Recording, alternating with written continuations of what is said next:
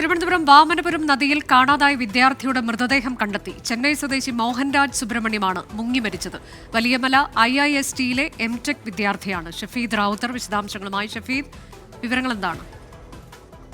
ഏറെ ദുഃഖകരമായ ഒരു വാർത്തയാണ് തിരുവനന്തപുരം വിതുരയിൽ നിന്ന് പുറത്തു വരുന്നത്. ഈ വാമനപുരം നദി, അതായത് വിതുര ഭാഗത്തെ വാമനപുരം നദിയിലാണ് ഈ 8-അംഗ സംഘം കുളിക്കാൻ ഇറങ്ങിയത്. സംഘത്തിലുണ്ടായിരുന്ന ഒരാളായിരുന്നു ചെന്നൈ സ്വദേശി മോഹൻരാജ് സുബ്രഹ്മണ്യം. 24 വയസ്സുകാരനാണ്. വലിയമല IISTയിലെ M.Tech വിദ്യാർത്ഥിയാണ്. അങ്ങനെ ഇവർ കുളിക്കുന്നതിനിടെ ഒഴുക്കിൽപ്പെടുകയായിരുന്നു എന്നുള്ളതാണ് ഒപ്പം ഉണ്ടായിരുന്നവർ ഇപ്പോൾ പോലീസിനോടക്കം പറഞ്ഞിരിക്കുന്ന കാര്യം.